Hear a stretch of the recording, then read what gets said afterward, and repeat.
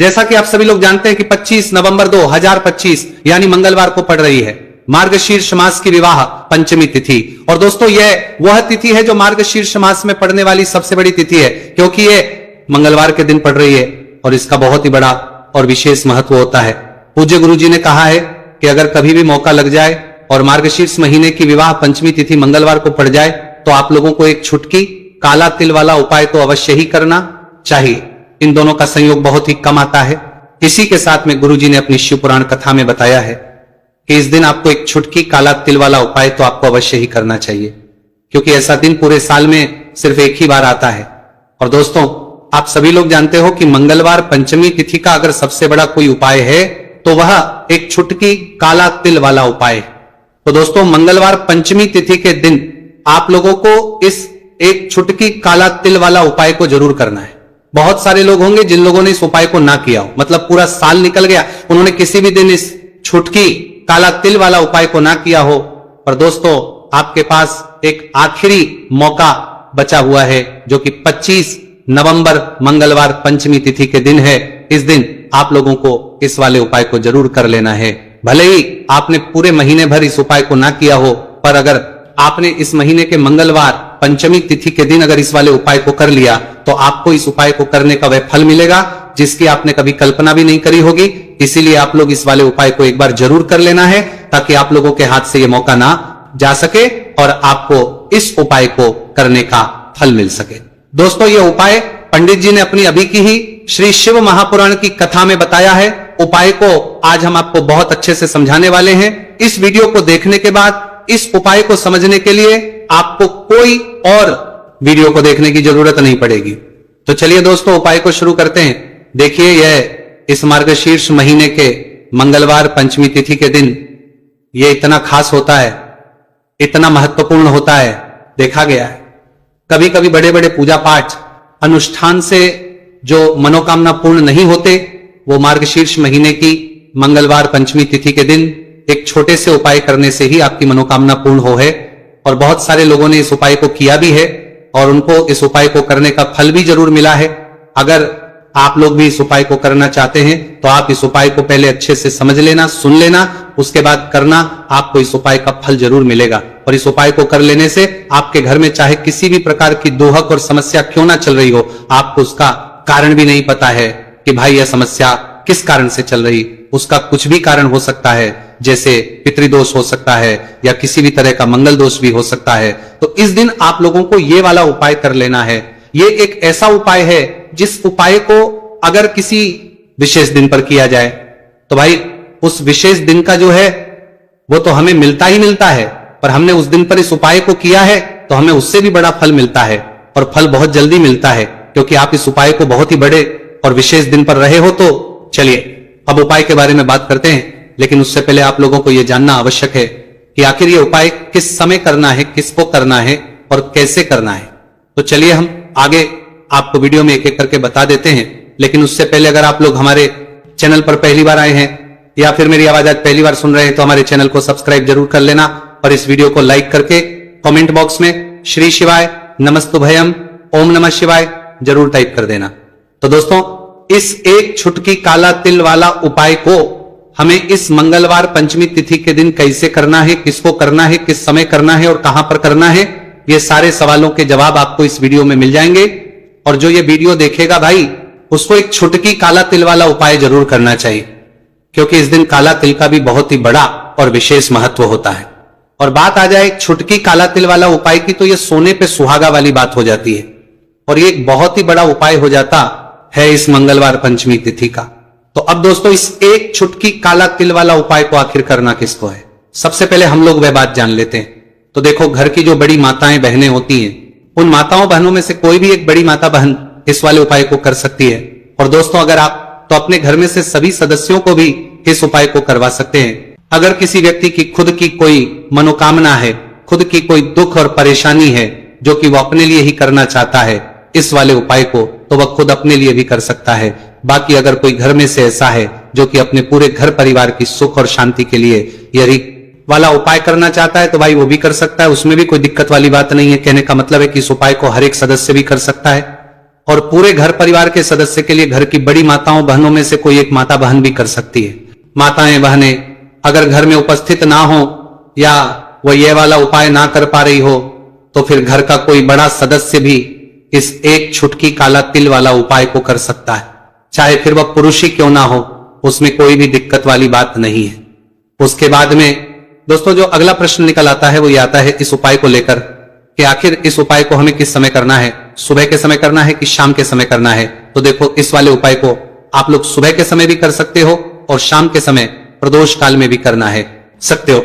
अब अगर आप पूछो कि भाई सबसे उत्तम समय कौन सा रहेगा इस एक छुटकी काला तिल वाला उपाय को करने का, तो हम आपसे बस यही कहेंगे कि इस उपाय को आप सुबह के समय करेंगे तो ज्यादा बेहतर होगा। बाकी अगर प्रदोष काल शाम के समय भी करेंगे तो भी अच्छा होगा, उसमें कोई भी दिक्कत वाली बात नहीं है। तो अब दोस्तों जो अगली सबसे बड़ी और महत्वपूर्ण बात आती है वो ये आती है कि सुबह अगर हम उपाय को करेंगे तो हमें कितने बजे से लेकर कितने बजे तक के बीच में करना है, और शाम के समय प्रदोष काल में करेंगे तो हमें कितने बजे से लेकर कितने बजे के बीच में करना है।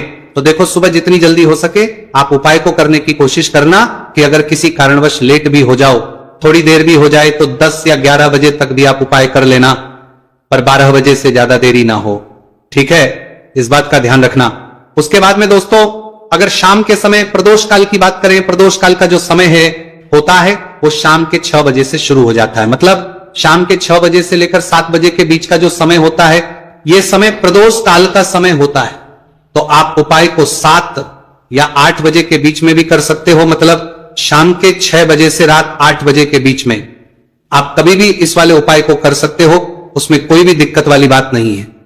देखिए यदि आपके जीवन में संकट बहुत ही अधिक चल रहे हो, समस्याएं बहुत ही अधिक चल ही हो, एक एक रूप खर्च करने आपको बस ओढ़ रहा है, भूमि से जुड़ी हुई कोई भी समस्या हो या फिर आपके विवाह से जुड़ी हुई कोई भी समस्या हो या आपके व्यापार से जुड़ी हुई कोई भी समस्या हो, तो आपकी ये सारी समस्या इस मंगलवार पंचमी तिथि के दिन समाप्त होने वाली है। तो चलिए दोस्तों जानते हैं उस विशेष उपाय के बारे में। देखिए इस वीडियो में हम पूज्य गुरुजी द्वारा बताए गए 3 बहुत ही चमत्कारिक उपायों के बारे में जानेंगे। देखिए ये जो उपाय है आपके जीवन से दुर्भाग्य का तो अंत करेंगे ही, साथ ही साथ यदि आपके जीवन में धन की समस्या चल रही है तो वह सभी भी आपकी समाप्त हो जाएंगी।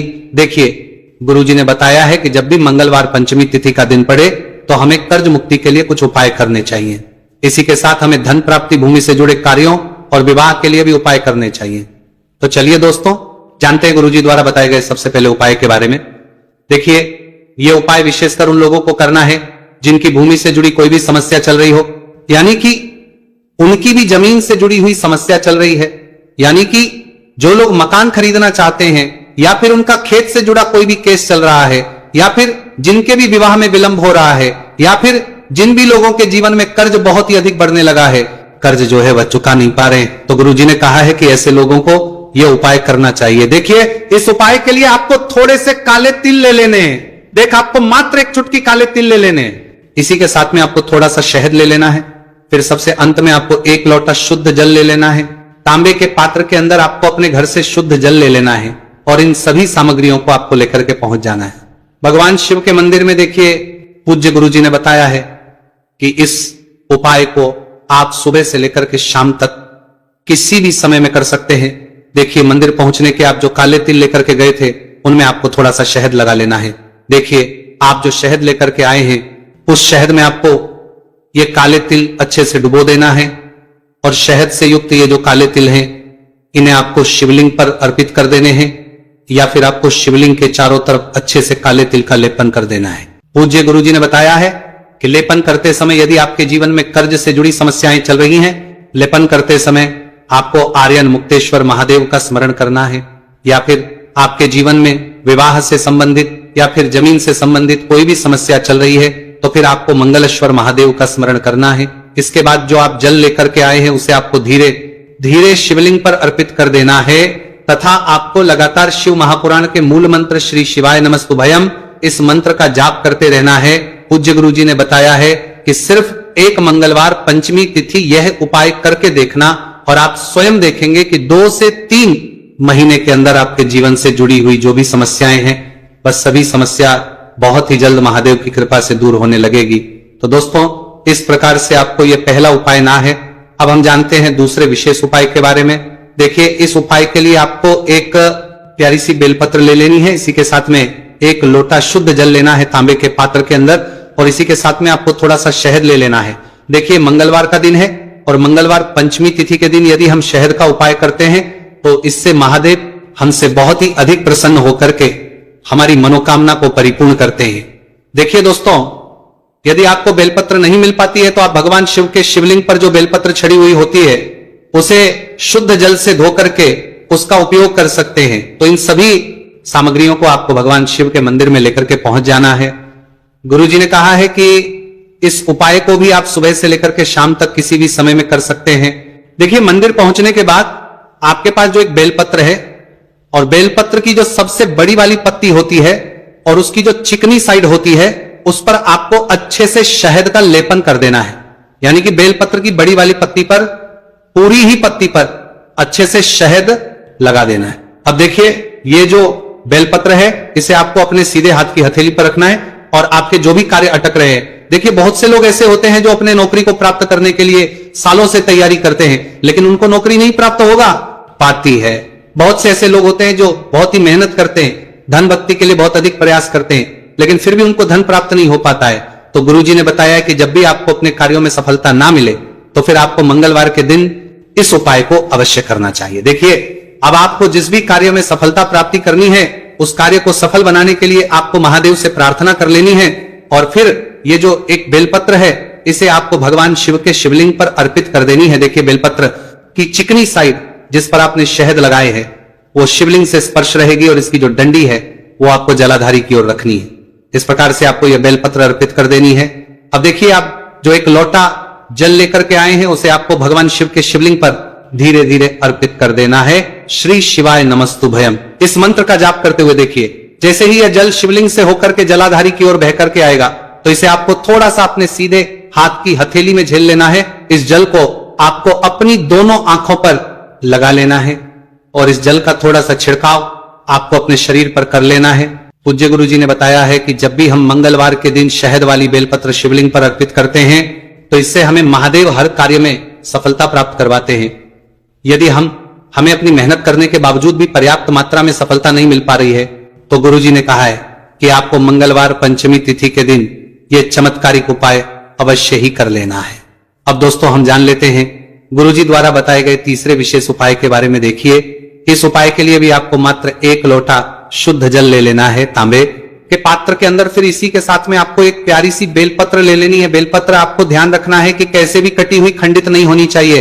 अब देखिए, मात्र 2 सामग्री लेकर के आपको भगवान शिव के मंदिर में पहुंच जाना है।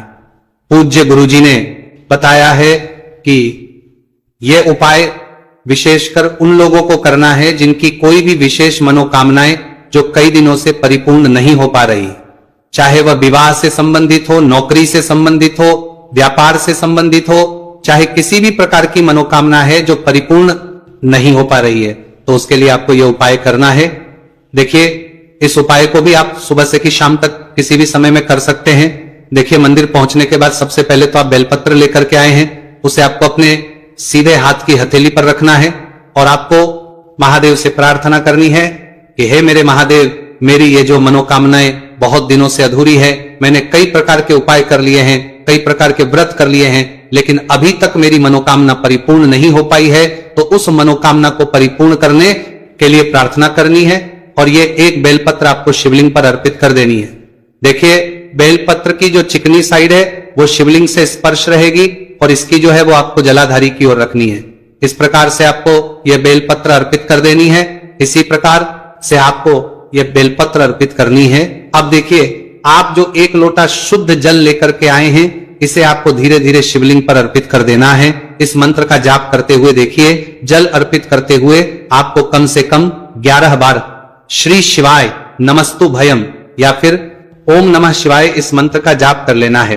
पूज्य गुरु जी ने बताया है कि जो भी व्यक्ति 25 नवंबर मंगलवार पंचमी तिथि, देखिए इस उपाय के लिए आपको मात्र 1 लौंग का जोड़ा लेना है, यानी कि 2 वाली लौंग लेनी है। साथ में आपको मात्र थोड़ा सा शहद लेना होगा और इसी के साथ में आपको तांबे के पात्र के अंदर शुद्ध जल लेना होगा।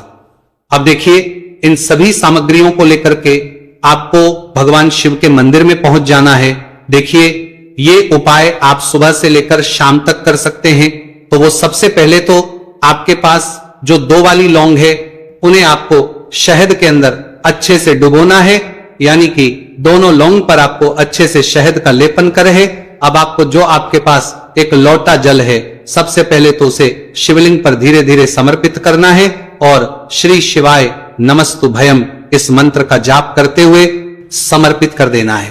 अब आपके पास जो 2 फूल वाली लौंग है, शहद से उसे आपको शिवलिंग पर अर्पित करना है और आपको प्रार्थना करनी है कि जीवन में जो रोग की स्थिति है वे समाप्त हो, जीवन के जो संकट और समस्याएं हैं वे सभी समाप्त हो, जीवन से कर्ज की समस्या है वह समाप्त हो। इस प्रकार से प्रार्थना करते हुए ये जो 2 फूल वाली लौंगी शहद संयुक्त, इससे आपको शिवलिंग पर अर्पित कर देनी है। आपकी जो भी समस्या होगी इस मंगलवार के दिन अवश्य ही समाप्त हो जाएगी। तो इस प्रकार से आपको पहला उपाय करना है। अब हम बात कर लेते हैं दूसरे उपाय के बारे में। देखिए, यह उपाय आपके लिए सर्वश्रेष्ठ होने वाला है। देखिए, इस उपाय के लिए आपको मात्र 5 हरे मूंग के दाने आपको साबुत लेने हैं, खंडित नहीं होने चाहिए, इस बात का ध्यान। और इसी के साथ में आपको एक तांबे के पात्र के अंदर अपने घर से शुद्ध जल ले लेना है। अब दोस्तों, इन सभी सामग्रियों को लेकर के आपको सीधे पहुंच जाना है भगवान शिव के मंदिर में। देखिए, इस उपाय को भी आप सुबह भी कर सकते हैं और शाम के समय में भी कर सकते हैं। देखिए, भगवान शिव के मंदिर में पहुंचने के बाद आपके पास जो 5 हरे मूंग हैं, उनमें से पहला जो हरा मूंग है, आपको शिवलिंग के सामने जो नंदी महाराज होते हैं और उनका जो पैर उठा हुआ होता है, वहां पर आपको पहला हरा मूंग समर्पित देना है और आपको ओम नम शिवाय इस मंत्र का जाप कर लेना है। फिर आपको दूसरा हरा मूंग लेना है और शिवलिंग पर जो श्री गणेश जी वाला स्थान होता है, वहां पर आपको यह दूसरा हरा मूंग समर्पित कर देना है। यानी कि शिवलिंग के सीधे तरफ आपको यह दूसरा हरा मूंग समर्पित करना है और फिर आपको ओम नमः शिवाय या फिर ओम श्री गणेशाय नमः इस मंत्र का जाप कर लेना है।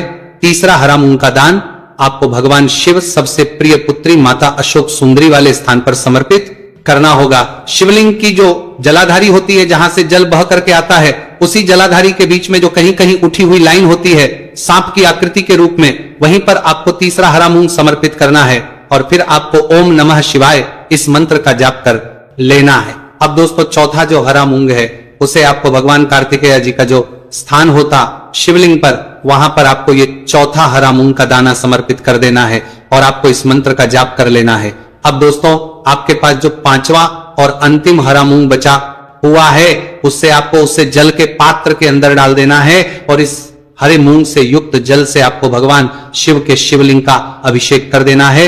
जल आपको बिल्कुल धीरे धीरे समर्पित करते जाना है और लगातार आपको शिव के मूल मंत्र श्री शिवाय नमस्तुभयम इस मंत्र का जाप करते रहना है। फिर आपको शिवलिंग के सामने बैठकर, यदि आप अपने बच्चों के लिए ये उपाय कर रहे हैं, यदि आप अपने बच्चों की बुद्धि ज्ञान और विवेक के लिए उपाय कर रहे हैं, तो उसके लिए आपको प्रार्थना कर लेनी है। या फिर व्यापार में वृद्धि करने के लिए ये उपाय कर रहे हैं, तो उसकी कामना करते हुए आपको प्रार्थना कर लेनी है। या फिर अपनी नौकरी के लिए कर रहे हैं, या फिर अपने इंटरव्यू के लिए, या फिर धन की प्राप्ति के लिए कर रहे हैं, जिस भी कामना के लिए आप उपाय कर रहे हैं, उसे परिपूर्ण करने के लिए महादेव से प्रार्थना कर लेनी है और फिर आपको वापस अपने घर आ जाना है।